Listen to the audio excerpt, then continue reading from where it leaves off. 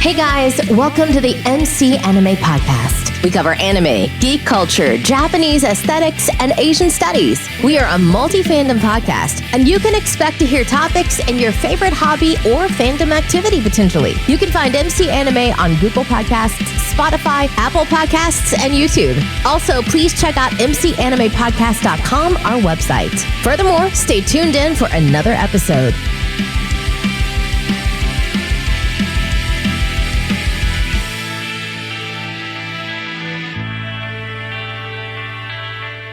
Hey guys, welcome to another episode of MC Anime. MC here, and today I have another special guest with us today.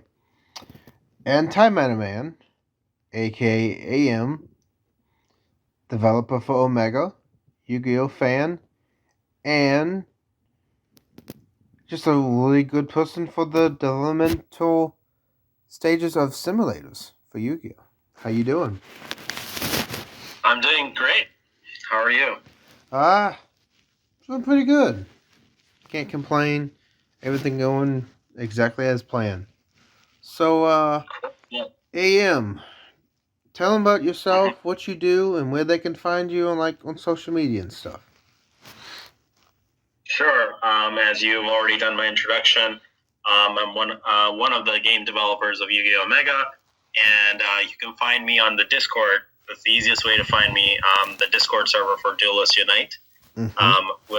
We do have a Twitter, but mostly Discord is the easiest way to contact me. My DMs are always open to anybody. So I'm not one of those people that you have to send a friend request to talk to me. Okay. So, this particular topic that we're going to discuss is the timeline of the YGO Simulators and how they came to be. Sure. All right. Okay, so you want me to start? Okay. Let's see. Well, So, simulator. What's the actual definition and overall message to get people to know what the word is? Sure.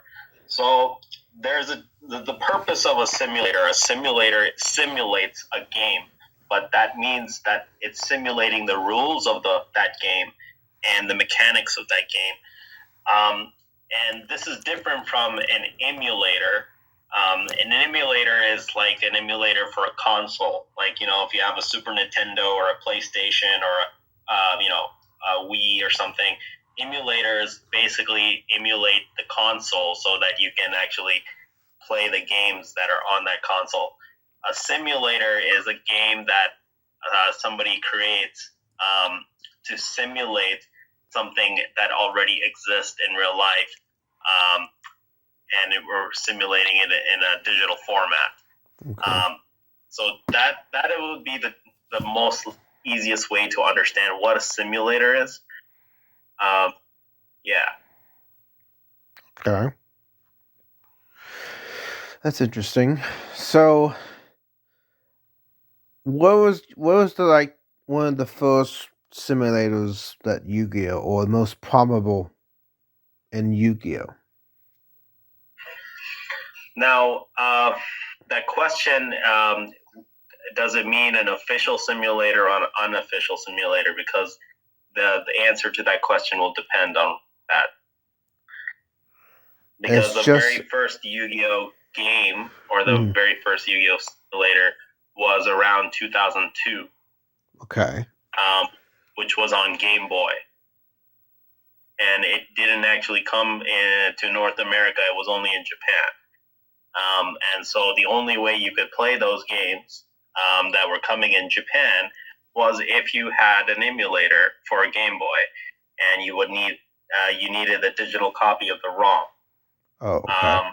So a lot of people that were watching Yu-Gi-Oh as a kid growing up, when they were watching the anime, they were into Yu-Gi-Oh, but we didn't have any video games at that time. We didn't get video games until very late, like around 2003. But there were a lot of video games even before that in Japan. Now I can keep going. I don't know if you have more questions because I can keep going forever on this subject of the simulators of timeline. Okay. So that's the official form of a simulator. How about if you the were talking about fan-made simulators, that's different. Okay.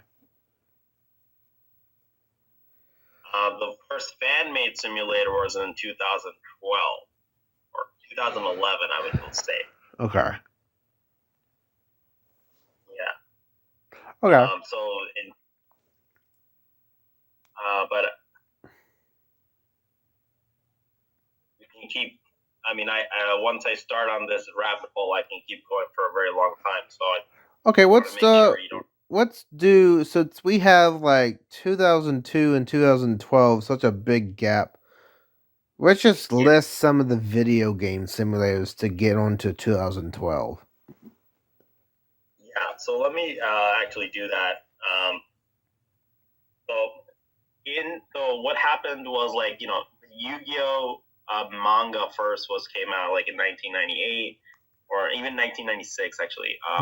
And then we had the first game. I think actually I was wrong. It wasn't 2002. It was 1998. It was on PlayStation. It was called Yu-Gi-Oh Monster Capsule. I'm not sure if you remember that game, but like instead of Yu-Gi-Oh cards, you had little capsules, and it was like Dungeon Dice Monsters where you move capsules on a board, and that was the first Yu-Gi-Oh game ever developed by Konami, and it was released only in Japan, so it's never even come out in North America.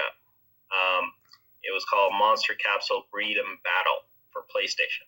Okay. And then after that, we had Duel Monsters that also came out. That came out on Game Boy, also released in 1998, and never came to North America. So if we keep fast forwarding, the very first game that ever came out in North America was Forbidden Memories for PlayStation, and that was 2002. So I don't know if you remember Forbidden Memories. Actually, I do. Forbidden Memories was like really cool and had like I think also, I believe, a really good promotional item with a prize card as well.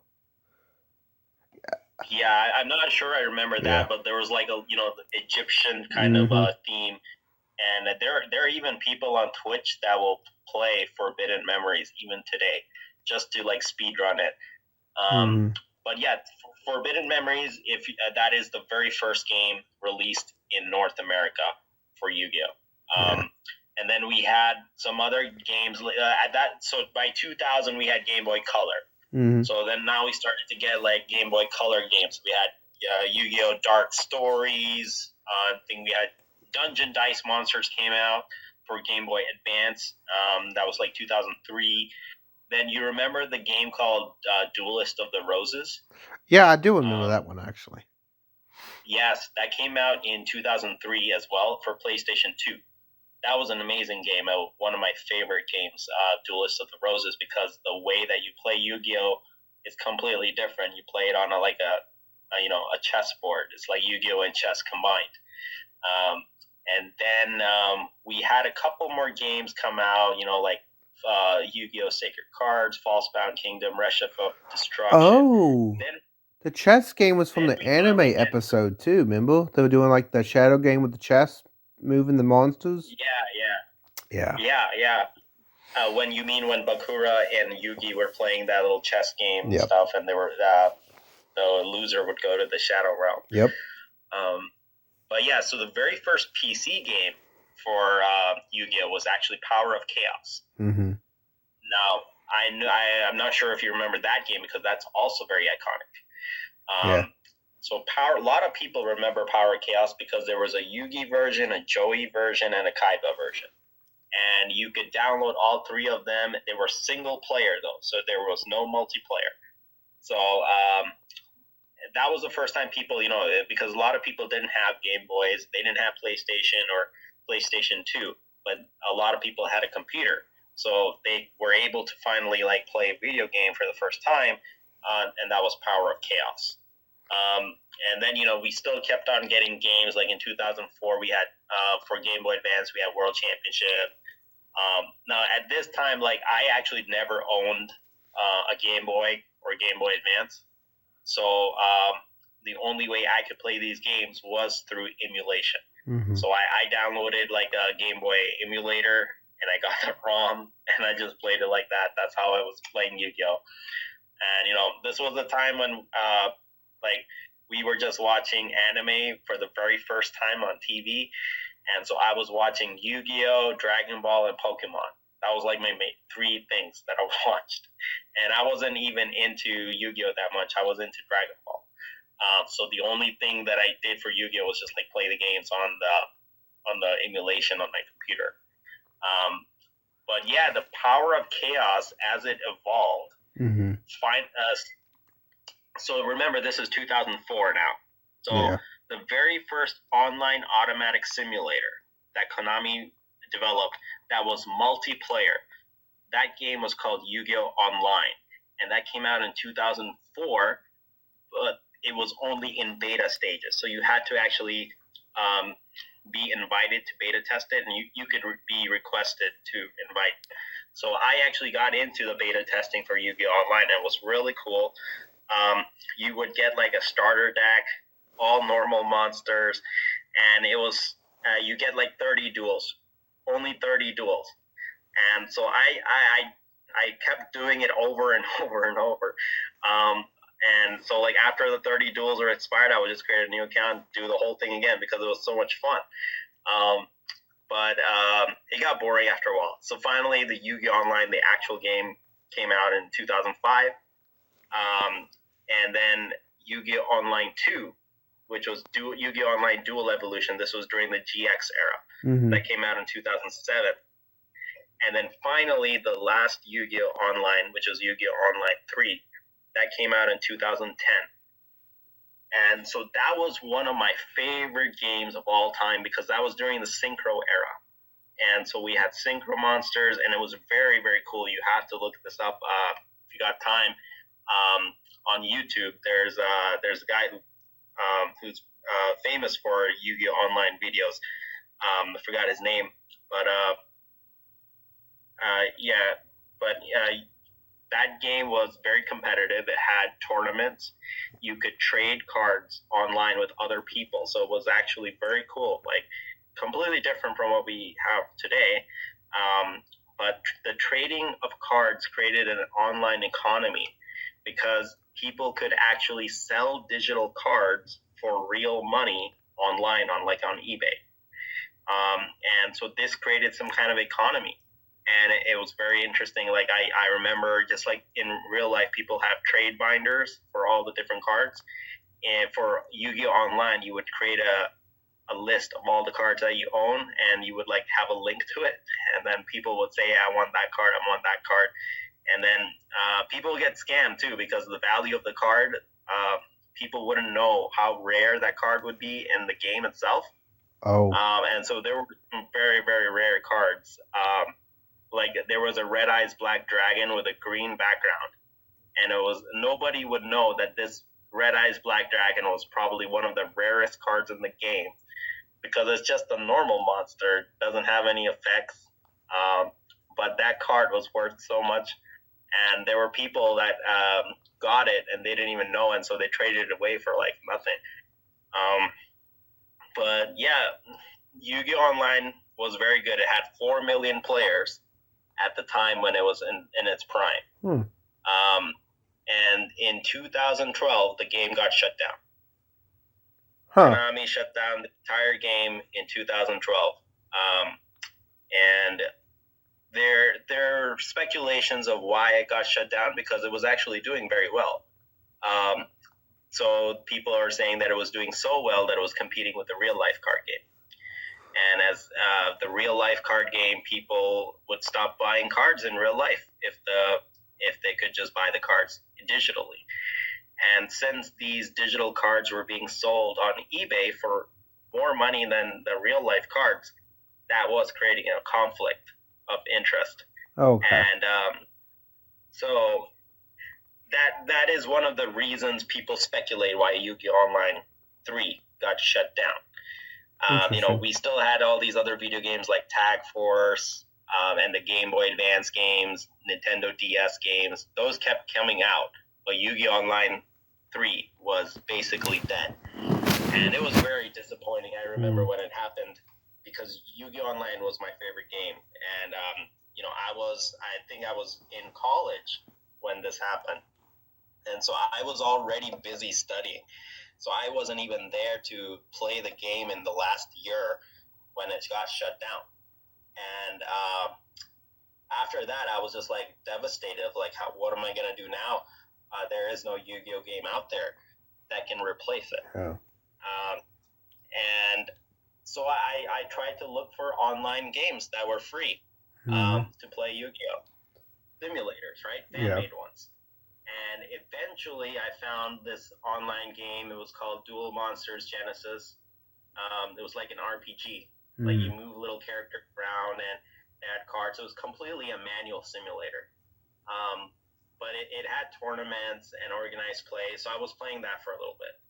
And then after that I saw Dueling Network, which was, it's a website. Very infamous. So Dueling Network came out in 2011. And, yes. So that was a very popular website because it was, you could just, you don't have to install anything. You don't have to download anything. You just go online on a website. Yep. You can create any deck you want and just start playing.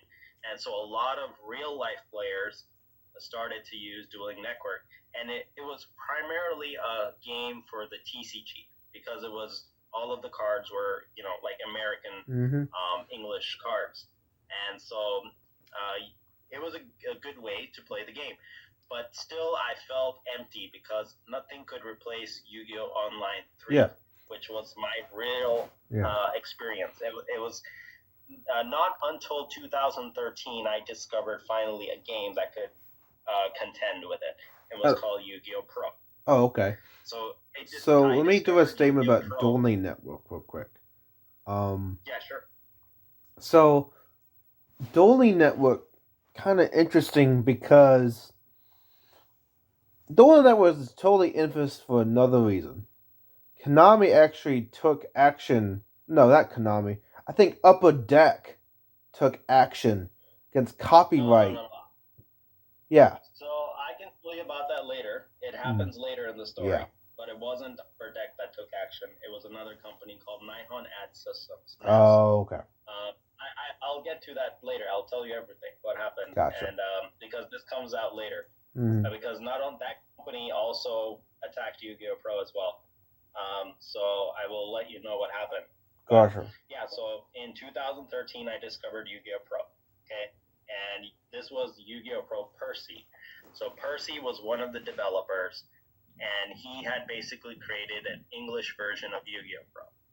And why do I say English version? Because Yu-Gi-Oh! Pro was invented by a Chinese developer. It came from China. And just like I told you that Dueling Network was for the TCG players, right? Just because it's English and people from North America are playing it and using it for practice. But have you ever wondered what are the people from Japan or China or Singapore, these OCG players? They're not on Dueling Network. So what are they using for competitive practice? So they actually use Yu-Gi-Oh! Pro. And so Yu-Gi-Oh! Pro became the first simulator for OCG that people started to use for practice. And these are pro players from the OCG. These are all from Asia. And so Yu-Gi-Oh! Pro first came from China, and the code was open sourced. So anybody could take Yu-Gi-Oh! Pro and make their own version of Yu-Gi-Oh! Pro. So when it came out, a lot of people started to do that, and Percy was one of those guys. Percy created his own Yu-Gi-Oh! Pro, and in English. And there was some other Yu-Gi-Oh! Pro. There was Dev Pro. So Dev Pro was from a Germany guy. And then there was the Dawn of a New Era, which a lot of people know of today. Yep. That was from a Canadian developer. And Percy was from the Netherlands. So anyways, I loved the Percy one because it was very simple, very clean. And so I started to play it, and I wanted to make Yu-Gi-Oh! Pro the best simulator ever. So I was not a developer. I did not know how to code. I didn't know anything. I was just a regular Yu-Gi-Oh! Pro player, and what I wanted to do was, because everybody was on Dueling Network, nobody really even knew about Yu-Gi-Oh! Pro. So I wanted to make Yu-Gi-Oh! Pro a little bit more popular, and so I tried to host tournaments on Yu-Gi-Oh! Pro. I tried to give Percy advice on how to make Yu-Gi-Oh! Pro better. And it was good. Like, I had a couple of tournaments. I even invited all of the people from the Dueling Network forums for my tournaments. We got up to like 128 people. It was fun. And at this time, I actually had a Discord server. So this was the time when I first created the very first Yu-Gi-Oh! Discord server, and that was only for our Yu-Gi-Oh! Pro tournaments. Then later on, the subreddit of Yu-Gi-Oh! They created their Discord server, and then Yu-Gi-Oh! Organization, they also had their Discord server. Now, of course, I'm just a mere person with probably just my friends in my Discord server, so I had about like 20, 30 people in my Discord server. And so these other guys who are, Yu-Gi-Oh! Organization, everybody knows that. They're a huge website. They give news for all the Yu-Gi-Oh! Products. So they had tons of people, and of course, Reddit, they're going to have tons of people too. So once they found out that I had a Discord server, we started to become, kind of affiliates, and people started to come to my server. And this around, so the year is now around 2015. Okay. 2015 is when that incident happened, where a company called Nihon Ad Systems did a copyright strike against Dueling Network and Yu-Gi-Oh! Pro. So the strike was against copyright images of the cards. We should remember that the Yu-Gi-Oh! Pro is open sourced, so you cannot copyright something that's created by somebody else. It's code. So what can they actually copyright are the pictures of the Yu-Gi-Oh! Cards, which don't belong to us because we didn't create those pictures, right? So the person that owned the copyright was Nihon Ad Systems. Now, this company is the same company that owns the Yu-Gi-Oh! Anime. So if people are putting footage of Yu-Gi-Oh! Anime on their YouTube videos, they also got copyright striked by that same company. So I'm not sure if you remember, there are tons of people on YouTube that they just they watch anime and they just comment. That's their content. They get striked by the Nihon Ad System. So that's how it happened. So it was a shocker. We didn't expect it to happen. But so Dueling Network, they just removed all the card pictures. And they thought, hey, if I remove all the pictures of the cards, that's going to solve it. And as for Yu-Gi-Oh! Pro, so Percy got a letter from Nihon Ad Systems saying that, hey, your game's got copyrighted images, and you need to remove it from your website. And so Percy had to remove the download link from Yu-Gi-Oh! Pro on the website. He even had actually a web version of Yu-Gi-Oh! Pro. It was called Yu-Gi-Oh! Chrome, because you could play Yu-Gi-Oh! Pro on your browser. Yeah. He had to remove that as well, because what Nihon Ad Systems does is they don't know your email, okay? They can't contact you because they don't know who you are. Like, they don't know who the developer of Percy is, or who the developer of Dueling Network is. So you know what they actually send the letter to? They send the letter to the server, the website server. So the copyright strike, or DMCA, is actually to the server that is hosting the game. And then the server sends an email to the person that is paying for the server. So that's how these owners of these simulators got the email saying that, hey, you got copyrighted content on your website. You need to remove it immediately. So Dueling Network, of course, their entire game is a website. So you can't really do anything about it. And even after removing the pictures of the Yu-Gi-Oh! Cards, there was another developer called X Steven, and he had created a cool way of basically appending a URL to the original Dueling Network URL, and you would be able to get all the pictures back. So people started to leak this URL, and eventually everybody knew what the URL was, and everybody had the pictures again. And but so the original developer of Dueling Network decided that, you know, I don't want to get into trouble. You know, the guy was an engineer, and he's already finished school. He doesn't want trouble. He wants to get a job and stuff. He doesn't want this thing to bite him back and be on his resume. So he quit. He said, okay, I'm shutting down Dueling Network. If somebody else wants to take over for me, feel free. So the guy that I was telling you about, X Steven, who did the thing, he is now the owner of Dueling Book, which is the evolution of Dueling Network. Same code, but just a little bit different. As for Yu-Gi-Oh! Pro, what was going on? Well, Percy was going to quit too. He told me, hey, sorry, I can't, I don't want to get into trouble with the authorities, and I don't want to go to court for this kind of stuff. So Percy said, I'm going to remove all the download links from the website, and I'm going to remove the game. So what did I do? So I didn't want Yu-Gi-Oh! Pro to die, because it was my favorite game, and it was the closest thing to Yu-Gi-Oh! Online. So I said, Percy, come.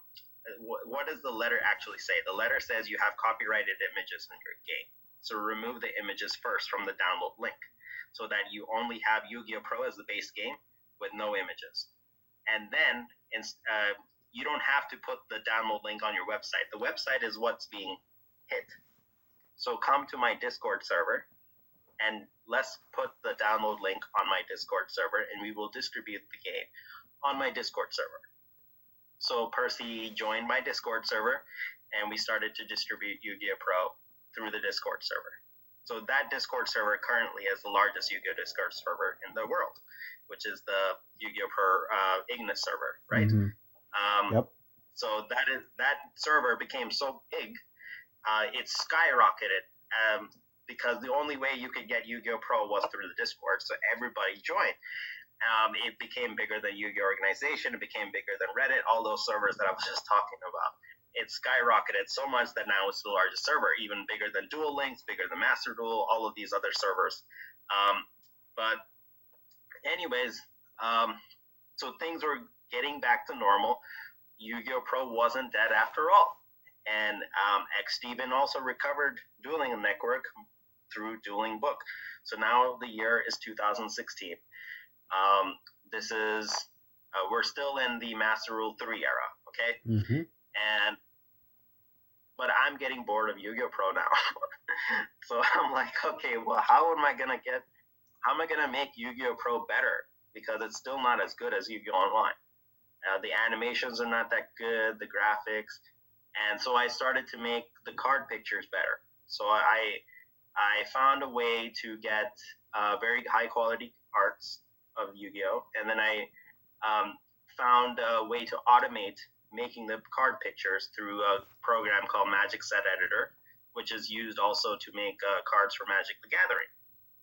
So there was a way to automate all of this from the card database. So you could make like 8,000 cards in 1 hour automatically. And the card pictures would be so crisp that you could actually read the card text on the card picture, which was never possible before. So I added this as an expansion pack through Yu-Gi-Oh! Pro Percy, and people loved it. It was called the HQ Card Project. Most popular project forever. And then even the Chinese developers who made Yu-Gi-Oh! Pro, they contacted me and they wanted all of those HQ card pictures as well. And so this was kind of like my way into the whole Yu-Gi-Oh! Pro thing, because remember, I told you I'm not a developer. I don't know how to code. I was just a Yu-Gi-Oh! Player, but I got really good at this whole making card pictures. And so eventually the Chinese guys, they invited me to their group, and there was a new project that was coming out that nobody knew of, and it was called Yu-Gi-Oh! Pro 2. And so Yu-Gi-Oh! Pro 2 was basically Yu-Gi-Oh! Pro made in Unity. It was very exciting at the time. So remember, this is 2016, and I told you that I'm getting bored of Yu-Gi-Oh! Pro, and I want something new. So Yu-Gi-Oh! Pro 2 was so exciting. It was like completely new for me. And the graphics were amazing. The card pictures were very high quality. They added even those holograms that float above the cards. And they had summon animations. It was great. The only problem was that the developer got busy with school, and so he quit. So he gave me the source code of Yu-Gi-Oh! Pro 2. And he said, okay, now it's your job to maintain the game. And remember that all of the features that were in Yu-Gi-Oh! Pro Percy, those features were not in Yu-Gi-Oh! Pro 2. So Yu-Gi-Oh! Pro 2 was basically an incomplete game. We were supposed to add all those features, but it never got done because the developer quit. And I didn't know how to code, so I had no idea what to do with this game. So I was like, okay, you know what? I'm just going to translate all the stuff to English and release it. And so people played Yu-Gi-Oh! Pro 2 on the server. And then eventually Percy's like, I don't want people to be playing on Yu-Gi-Oh! Pro 2. I want them to be playing on Yu-Gi-Oh! Pro Percy. And so he said I shouldn't be distributing this game, and I should create another Discord server to distribute Yu-Gi-Oh! Pro 2. So I created Duelist Unite. That was a new Discord server that I created, and that was only to distribute Yu-Gi-Oh! Pro 2. So now we had two Discord servers, one for Yu-Gi-Oh! Pro Percy and one for Yu-Gi-Oh! Pro 2. And then as this is occurring at the same time, I'm trying to get people to help with Yu-Gi-Oh! Pro 2 development. But Percy wanted to stick with Percy. And so I also invited some new people, scripters, so card scripters. And one of them was Edo 9300. So Edo 9300 is, of course, the developer of Edo Pro. So I invited Edo Pro, I invited Edo 9300, Italian developer, very nice guy, very smart. So I wanted to add deck masters into Yu-Gi-Oh! Pro Percy. We were into anime cards at the time, and we were trying to add all these cards into Yu-Gi-Oh! Pro. So we were adding every anime card, every manga card, every video game card. And so deck masters was the only thing left. And I was like, how can we add deck masters? Because one of the rules for deck masters was if a deck master is just destroyed, it goes to the graveyard, you lose the duel. But if your deck master is still alive on the field, you can't lose the duel even if your life points are 0, even if you run out of cards in your deck. Yeah.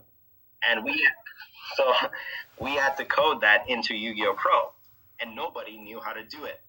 Because remember, the Yu-Gi-Oh! Pro was created by a Chinese developer. So we were only borrowing that code and translating it into English. Nobody actually knew how to manipulate the actual Yu-Gi-Oh! Pro core code.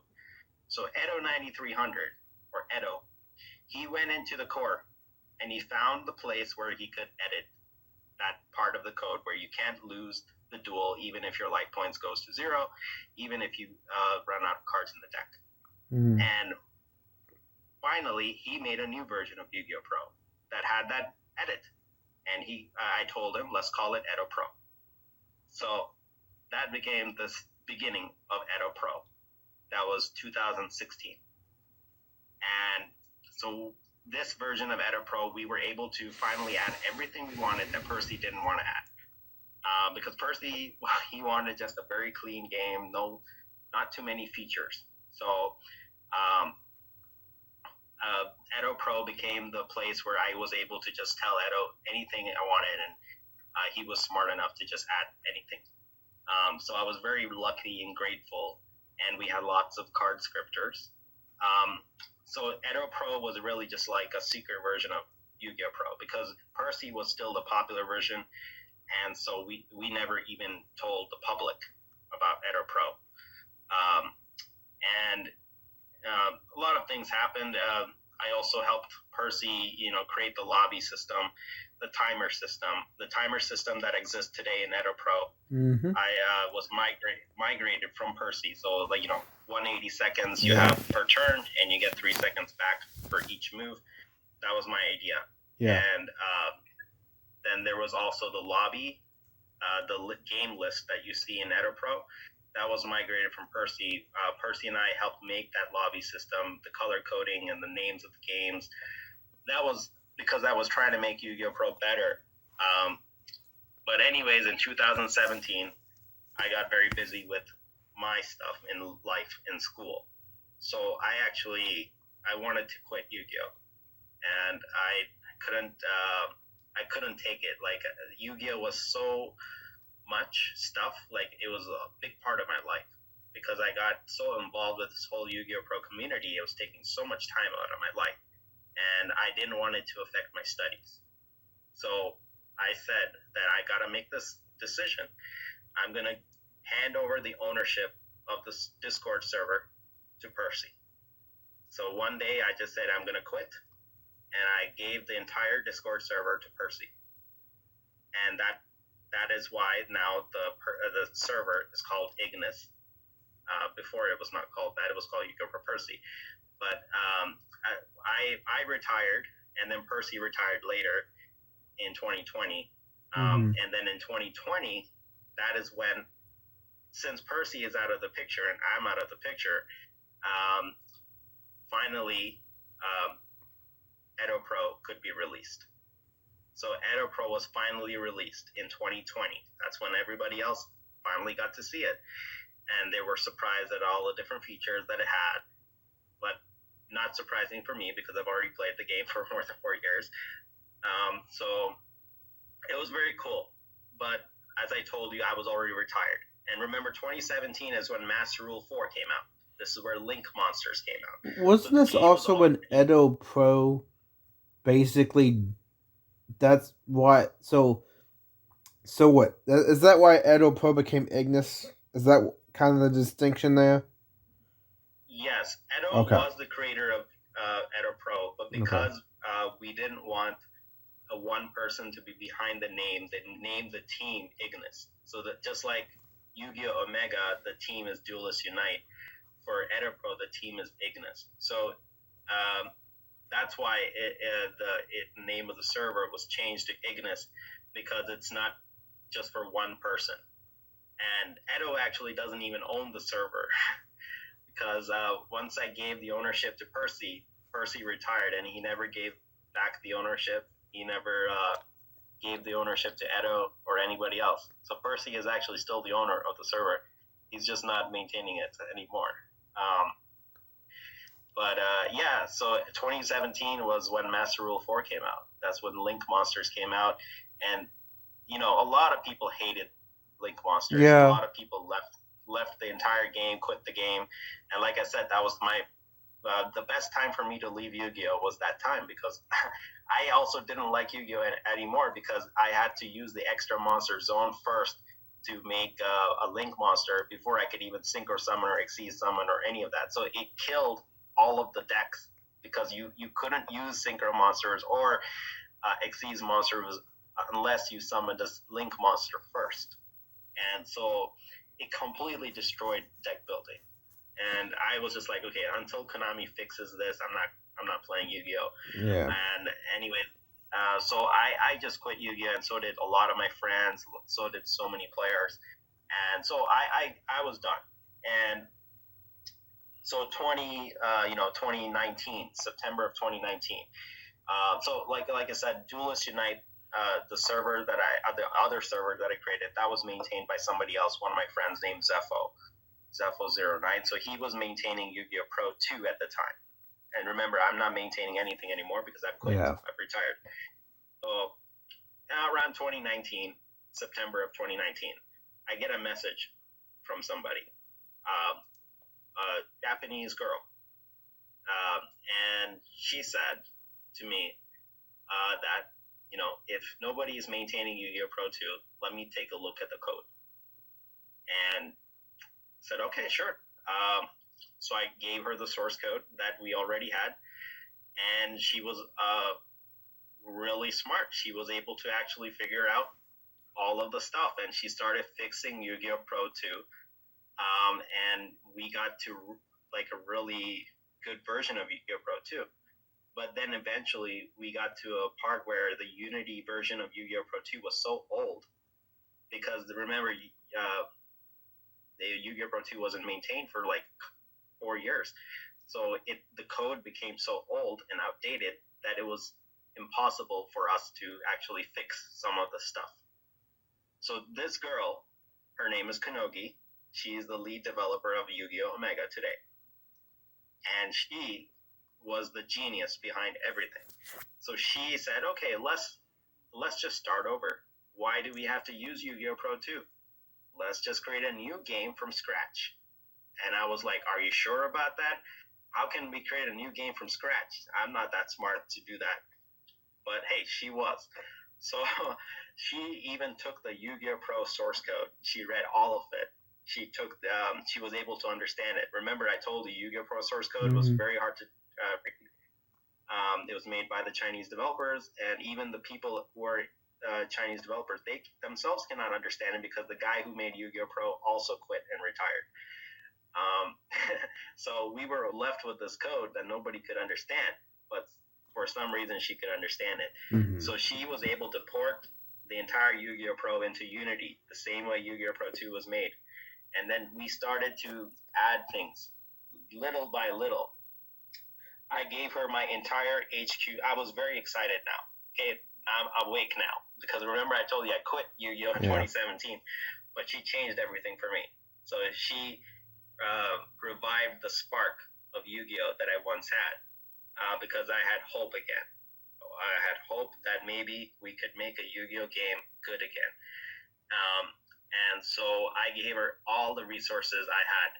I was back in full action, maintaining Duelist Unite server. I gave her everything. I gave her all the resources for my Yu-Gi-Oh! Card pictures, the frames, the assets, and that's how we were able to first create very high quality card pictures in Yu-Gi-Oh! Omega.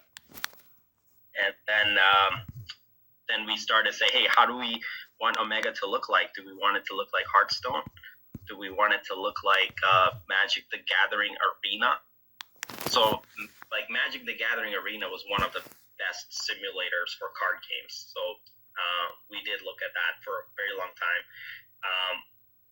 But we took a lot of ideas. You know, people wanted something as fast as Yu-Gi-Oh! Pro, because Yu-Gi-Oh! Pro became... I was so surprised because by the time I came back into the Yu-Gi-Oh! Community, so many people were playing Yu-Gi-Oh! Pro suddenly. I was like, wow, that's amazing. And it seemed like what happened was when Dueling Network got shut down, all of these people started to try Yu-Gi-Oh! Pro for the first time. And so even after Dueling Book came back, a lot of people still remember Yu-Gi-Oh! Pro. Because remember, at this time, people were like, hey, automatic simulators are bad. They teach you bad stuff, bad habits. And so even it didn't matter because these people wanted to play on Yu-Gi-Oh! Pro. And these are the pro players, real life players. And so it was very interesting.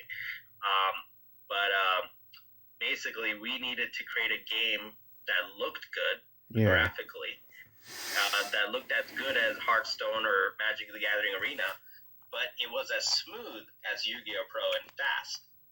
And it had all the formats, all the cards for free, and all the features of Yu-Gi-Oh! Pro as well.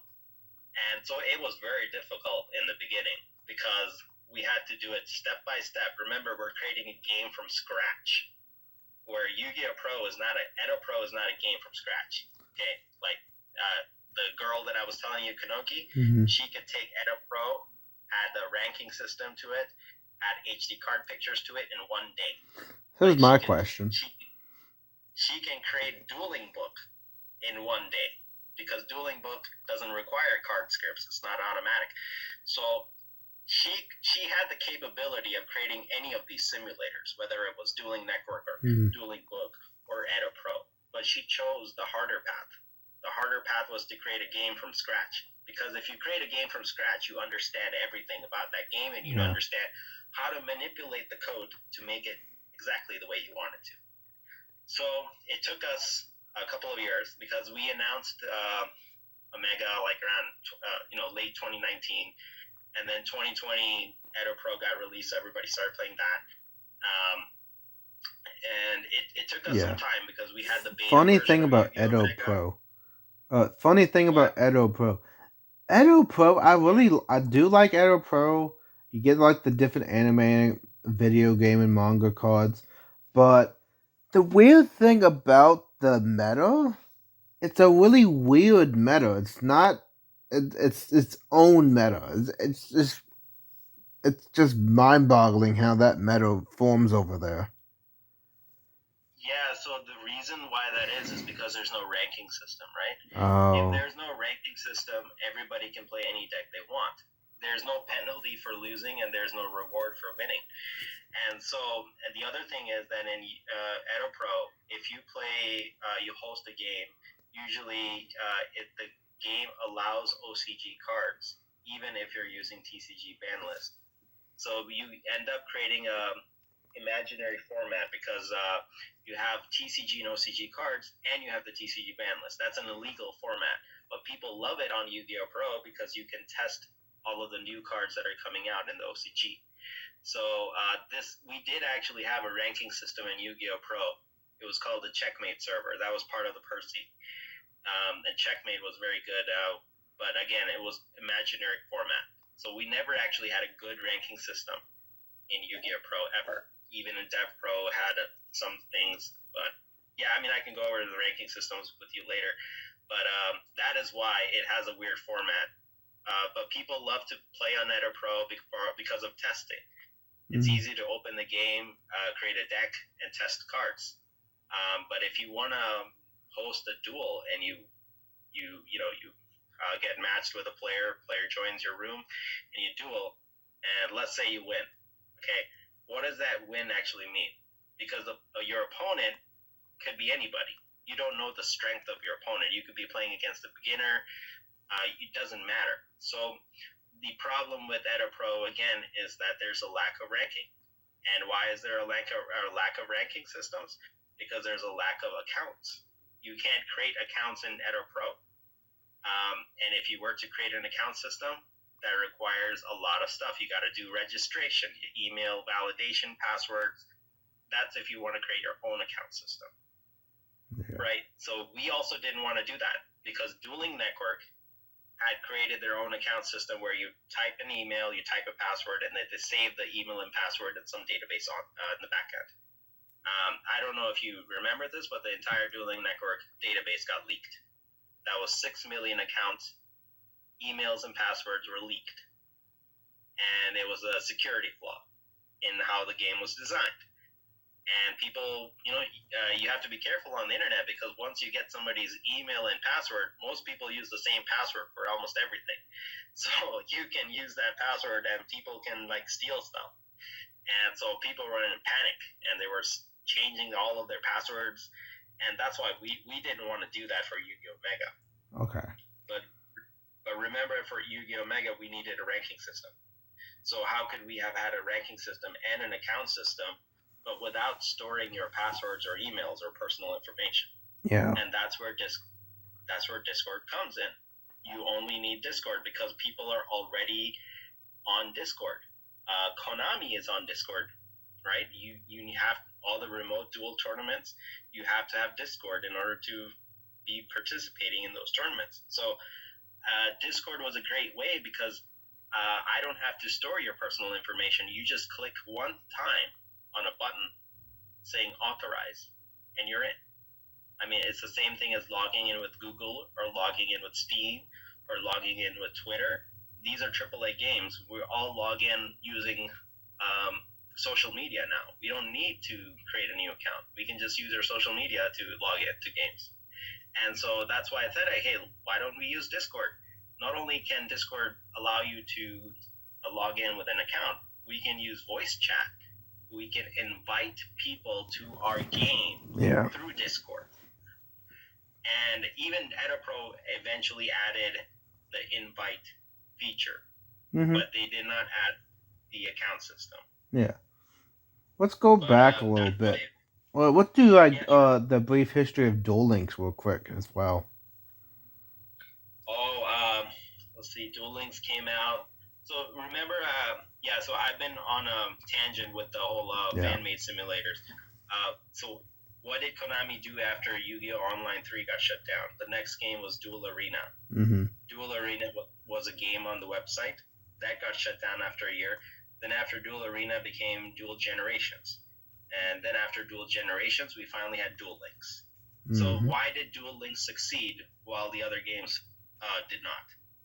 Remember what I told you was Yu-Gi-Oh! Online was shut down because it was competing with a real-life card game? Yeah. Well, Duel Links does not compete with the real-life card game. Yeah. Because Duel Links is a speed duel simulator. It is not a master duel simulator. So it was very easy for Konami to profit from both Duel Links and profit from the real-life card game. But it was funny because if you actually look at Konami's profits for the fiscal year, Duel Links contributes the most profit that they've had from all of their products. It still does. This includes like FIFA, includes like Metal Gear Solid, all of the games that have ever created. Duel Links is still contributing the most money. Yeah. This is before Master Duel, by the way. Yeah. So Duel Links was very successful. It was the game on the phone, and phones are always nice because everybody has a phone, and so it became very accessible. So Duel Links skyrocketed. It was the most successful Yu-Gi-Oh game in history, and it had way more players than any of the fan-made simulators. Even if you combine all of the players from every fan-made simulator, Duel Links still had more players, and that is the power of an official game. So, of course, none of us could compete with the official game, but we also didn't really care because Duel Links was not simulating the real game. So people were still on either Dueling Book or they were on Yu-Gi-Oh! Pro, and that's how the community was split. Then, a lot of things have happened since then, and we all wanted Konami to eventually create a simulator that was simulating the Master Duel. And it was funny, nobody even knew what Master Duel means until now. We were using the terminology years ago because we had Master Duel and Speed Duel. And if you would say the word Master Duel to somebody, they would be like, what does that mean? So that's the real game. That's what you're playing with Master Rules. So, but now it's funny. So Master Duel has come out. They named the game after the format Master Duel. It's like naming Duel Links Speed Duel. Yeah. A lot of people loved the trailer. I was very excited with Master Duel. I was super excited to say, hey, finally Konami might be reviving Yu-Gi-Oh! Online. It might be back as good as the good old days when I had tournaments and online competition. And so I was very excited. I loved the trailer, loved the graphics, and it was like, Magic the Gathering Arena simulator. So we all had dreams that it could be like an esport. It could simulate the real card game. But even before Master Duel came out, though, I had already suspected certain things because I learned the lessons from Yu-Gi-Oh! Online.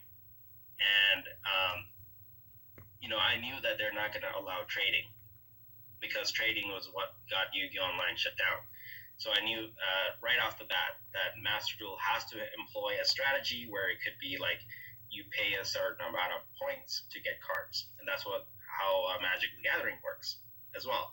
So like a crafting system is what I predicted that we're going to do. And that's what they did.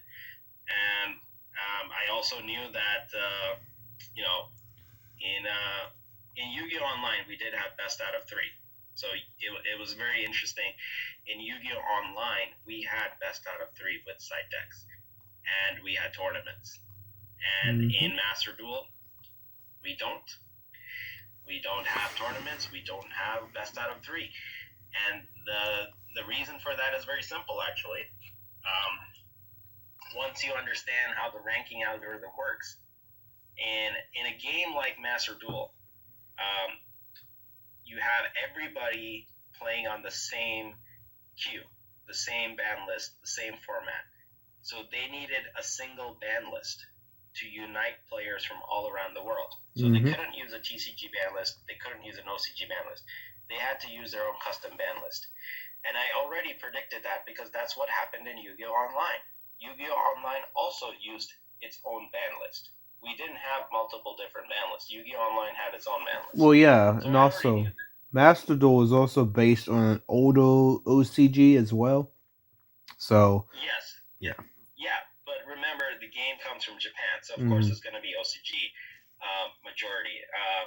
But that's fine. Even the world's ban list is TCG and OCG combined. Yeah. But OCG rulings are always used in worlds because, again, the World Championship is in Japan. The game comes from Japan, and the Konami headquarters are in Japan. So in the end of the day, OCG makes the shots. And so all of these games come from Japan eventually, right? We already talked about the game history. But if they have one format, one queue, the thing is that a company like Konami has to motivate people to play the game. How can you, if you're a company and you need to make money, you need to design a game that allows people to play your game. Yeah. And so that means you need a ranking system that gives you rewards for winning, and you want almost no punishment for losing. And that is the type of ranking system we have in Duel Links. That's the type of ranking system we have in Master Duel. So what I mean by that is that it's easy to climb up, and you feel very good when you climb up because you get that adrenaline rush, the dopamine rush of easily defeating people in bronze, and you win 3 games, you climb up, and you can't even D-rank once you get to the top. So once you reach Diamond 1, you can't fall down. So there's no punishment for losing.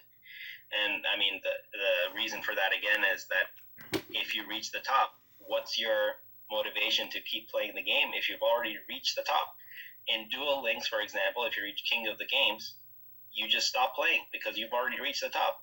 So, why would somebody even risk playing again because they might drop their rank? So that's why Konami had to implement that, hey, you can't D-rank once you reach the top. Yeah. Well, that's not how a ranking system works, right? And ranking systems are not something very new. We've had 100 years to actually develop math on how to make ranking systems. They're in every esport, like League of Legends, like a lot of these games. There's esport games awards. They're annual awards that are given to games because of their competitive nature. Yeah. And those awards are not given just because, hey, they're popular games. They're given because of the design of the game. And so I would never want to design a ranking algorithm that does this. The entire purpose of a ranking algorithm is to rank the players. That means if I beat a really, really strong player, I should get more points than defeating a really beginner player. That's the fundamental basic part of a ranking system. So, like let's say you went to Master Duel and you defeated let's say you defeated 5 beginner players, okay? And I also opened Master Duel and I defeated 5 pro players. You and me are going to have the same score because it's not going to care about the strength of the player. It's only going to care about the number of duels. Because both of us are in the same rank tier. So it doesn't matter. Everybody's considered the same strength as long as you're in the same tier. And so there's not a numerical rating system. It's just a ranking system for tiers. Back on the reason why this is best out of 1 is that the games have to finish fast. If the games don't finish fast, then people will not re-queue. You always need people in the queue to be matched. Otherwise, you're going to be waiting forever to get matched into a ranking system. And the average wait time for any esport game is 5 minutes. If you go beyond 5 minutes, then you've failed. That means you have done something wrong. So Konami had to make their games finish fast because, let's say there's a million players who are in the queue. Then they all get matched. Okay, so all of those million players are dueling each other. This is why the single duel comes in. Best now of the 1. Queue is empty. Yeah. Now the queue is empty, right? So what's going to happen for the other players that join the queue? They're going to have to wait 40 minutes because that's how long a duel takes to finish and 30 to 40 minutes, they will be waiting for that long before somebody else joins the queue again. And not only that, you want lots of people in the queue, so the matchmaking will pair you with somebody that's close to your strength level or the closest to your rating. But remember, in Master Duel, there is no rating. So as long as both people are in the bronze, you get matched. It doesn't matter. And so anyways, the reason why it's best out of one is that the matches have to finish quickly. And why we actually when Master Duel came out, we had the entire full source code. They didn't even protect the source code. And in the source code, we could see that they had best out of 3. In the source code, we could see that they had side decks. They had rush duels. They had duel links. In fact, the entire source code was the same source code that's being used in duel links and rush duels. It's one core that has everything in it.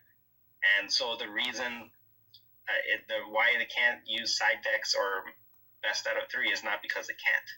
They can easily do it. It's already in the code. They just have to press one button and it's activated.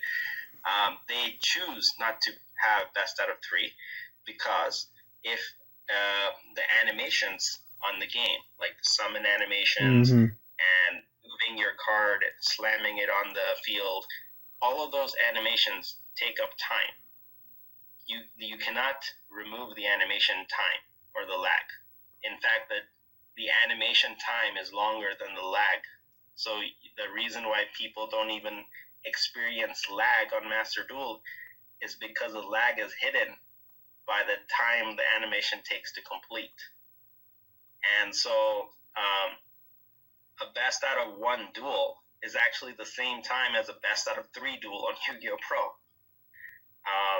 And they can never fix that because in order to fix that, they would have to remove the animations. And the animations is what makes Master Duel what it is. True. The cool graphic of Master Duel, that's what makes Master Duel what it is. So they will never make the game faster by removing animations. They didn't even add an option to remove animations because it doesn't matter if you remove it.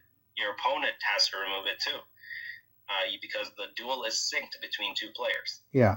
And so it will never change. Best out of 1 is the simplest way to do fast duels. Yeah. And it's just now people have accepted it. And in fact, a lot of players love best out of 1. It's funny.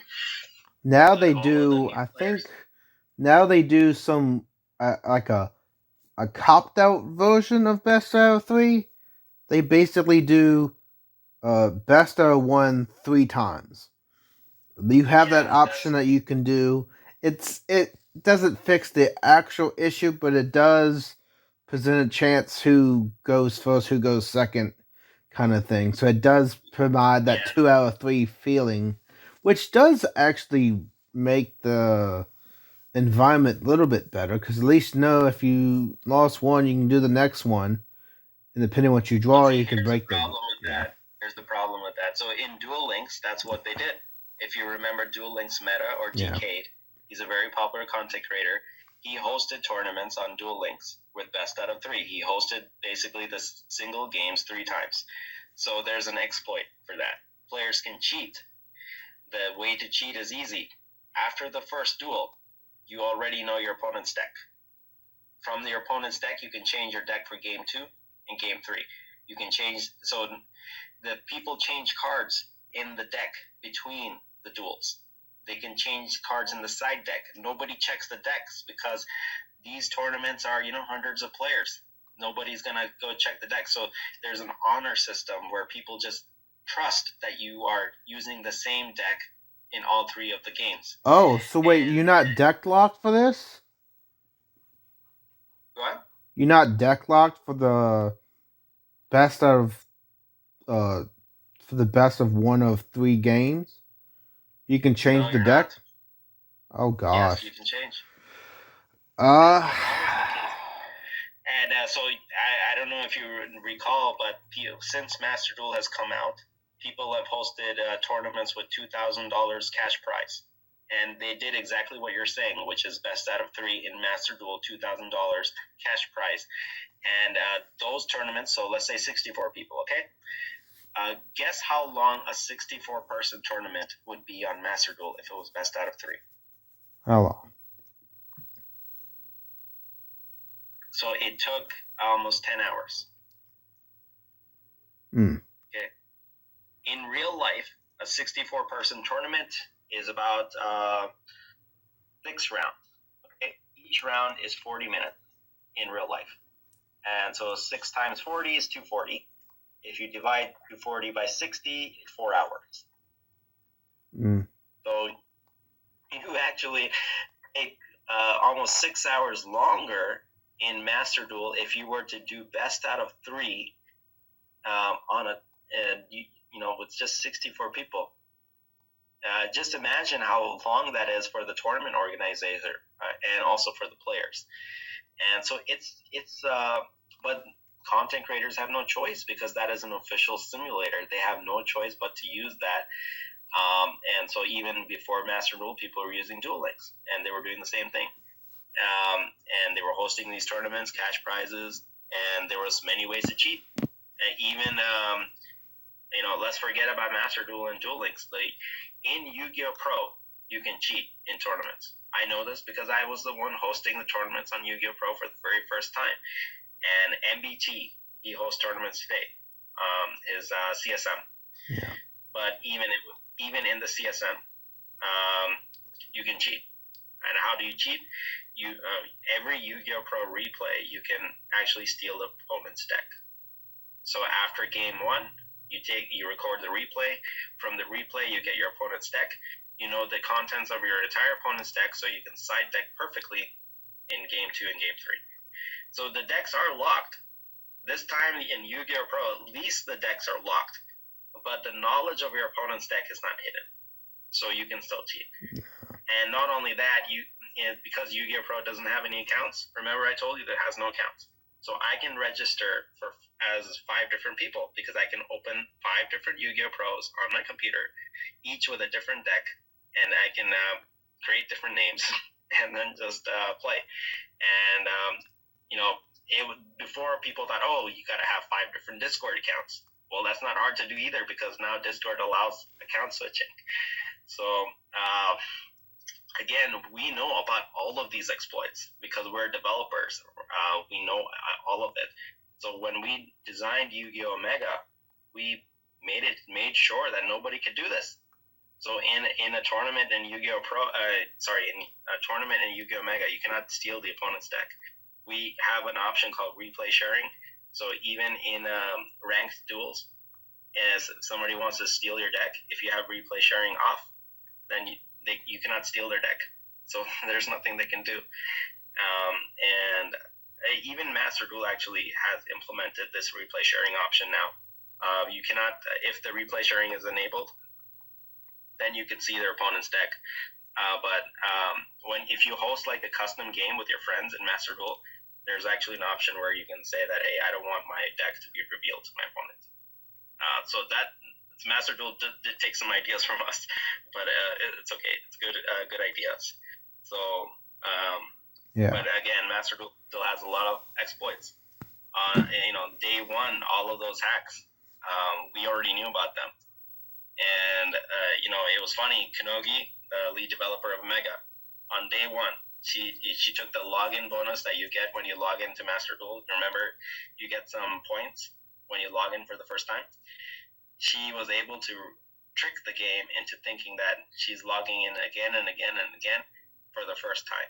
So she was able to get infinite points, which means you can get any card you want because you can just open packs repeatedly. So normally, if you see 9,999 points, that would be a big number, right? And so people would think, hey, there's a hacker here. And there's something abnormal. Nobody should have 9,999. But it was actually considered normal activity because people like Team Samurai X1 and DK they were already spending $10,000 on Master Duel. So they already also had 9,999 points. So if because they had 9,999 points, it was considered normal.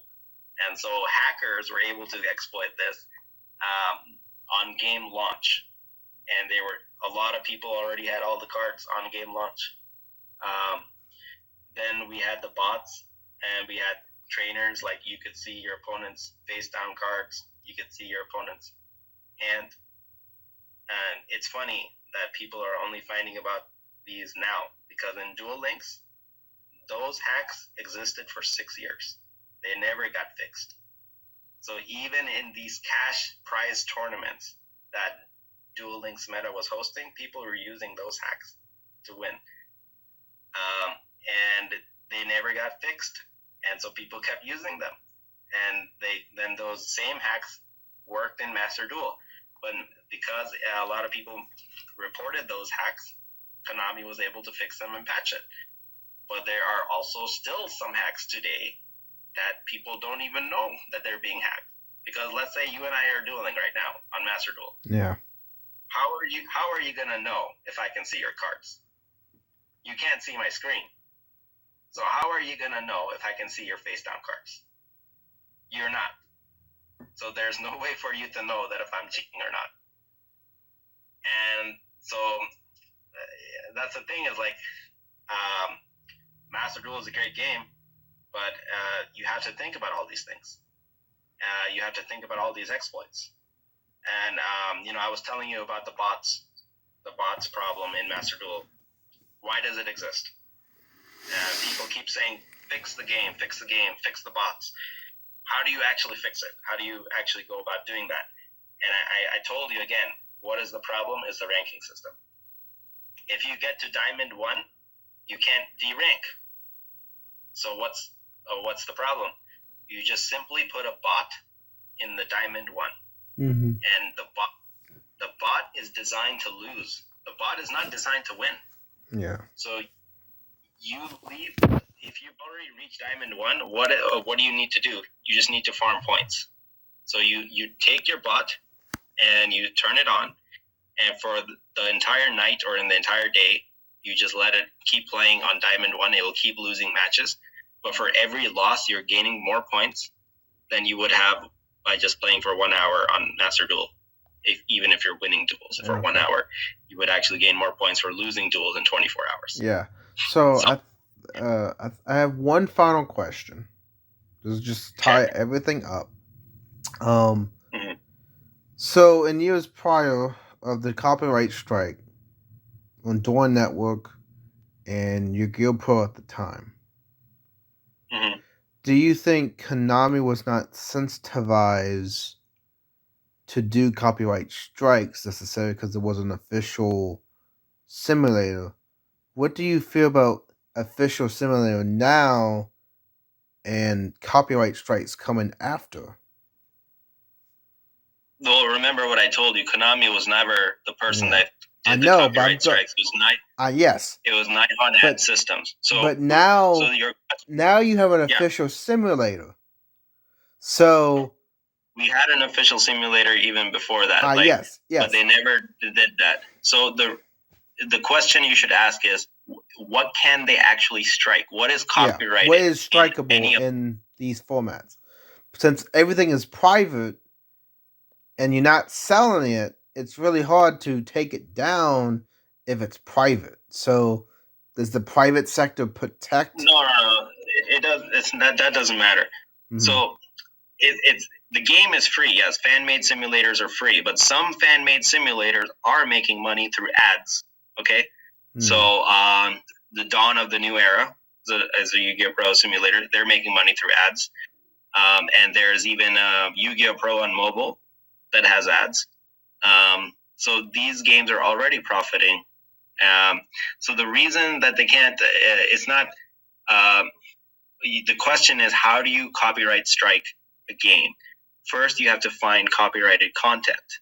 So what in the simulators is copyrighted? There's only one thing. It's not the code of the game. It's not the rules of the game. like it's you can't copyright strike, for example, a chess simulator, because chess is not something you can patent. So you can't strike a game for emulating the rules of Yu-Gi-Oh. What is the only thing that's copyrighted is if you're using assets or using artwork or textures or icons or anything that is borrowed or stolen from another game. So in both Yu-Gi-Oh! Pro and Omega does not take anything from any other games, but there is one thing that we all of these simulators have, and that's the artworks of the Yu-Gi-Oh! Cards. Mm-hmm. So now you have to ask, who owns the copyright of those artworks? Is it Konami? Is it Nihon Ad Systems? Who owns it? Guess. I don't know. Neither Konami or Nihon Ad Systems owns the copyright of the Yu-Gi-Oh! Artworks. Nihon Ad Systems did own it in the past. Now they don't, which is why a lot of the copyright strikes have diminished. Even the YouTubers who used to stream anime are not getting striked anymore. So you know who created Yu-Gi-Oh? The guy who actually wrote the story? Mm-hmm. Kazuki Takahashi. Yep. He has a studio in Japan called Studio Dice. At the bottom of every Yu-Gi-Oh card, you will see Studio Dice. So all of the artworks are created by artists that are in Studio Dice. And so Studio Dice is who owns the copyright. Only Studio Dice has the authority to send a copyright strike to any of the games. Oh, so if he sees that they're using possible platform, it's free promotion. Yes. So that is also a reason why people don't just copyright strike everything, because it's free promotion, free advertising. I mean, just imagine if everybody were just to go out and strike every YouTube video talking about their game or something like that. You know, it would be stupid to do that, because you want people to talk more about your game so they get more popular. So in some ways, companies don't want to bother wasting effort and time and money to go after the fan-made simulators, because it's a waste of time. Master Duel is already more successful, and it's already more popular. So what's the point? There's the fan-made simulators are not really competing with the Master Duel. They're just on the side. They're just like backup. Gotcha. Yeah. All right. So what is one thing you want the audience to know about Yu-Gi-Oh! Simulators and the timeline? Well, I have talked for quite a long time, and even after I've said everything, there's still more things in the story that a lot of people don't know. But what I can tell, the only thing I can tell the audience is to, always be open-minded, always try every game, always be curious. Like, I was the guy who came into Yu-Gi-Oh! I played all these simulators. I played Master Duel. I played Duel Links. I played every official simulator, and I played every fan-made simulator. And so I just played the game because I love it. I enjoy playing Yu-Gi-Oh! It doesn't matter to me which simulator is which, but I do care which simulators got the most features. So you have to be objective. Don't, it's like going to a store and you see an iPhone on the left side and you see another phone on the right side. The phone on the right side is less expensive, but it has more features than the iPhone. Mm-hmm. But people will still buy the iPhone because iPhone is by Apple. Yeah. So. Yeah, and my thing is choose a simulator or official simulator if you wanted to do that. Be objective to what you want to do with it, but also know what you want to play how you want, and play the game in the way you see fit. Because different simulators see different means. At a Pro, for example, you have the entire card database. Outside of TCG, OCG, you got the video game, manga, and anime. So those could be ways to use those cards as well. Dueling Book is more competitive based, and you have a very decent ladder. Master Duel, you still pull out the pulling packs in real life kind of aspect that kind of does the same little feel as you do TCG or OCG. It all depends on what you want to play, how you want to play it, and which features you want to be incorporated in that version of that game or similar you play. Yeah, exactly. And like I said, Yu-Gi-Oh! Mega has all the features now of Etta Pro. Mm-hmm. It has all the features. It has a manual simulator, so you can even do whatever Dueling Book can do. Yeah. And it has Master Duel stuff as well, since it has a Master Duel ban list. You can it has rarities, and those rarities even look better than Master Duel right now. So, yeah, I mean, we're on the mission to create the best simulator we can that has everything, including an online automatic tournament system. I told, ever since Yu-Gi-Oh! Online died, no simulator has yet to create a tournament system.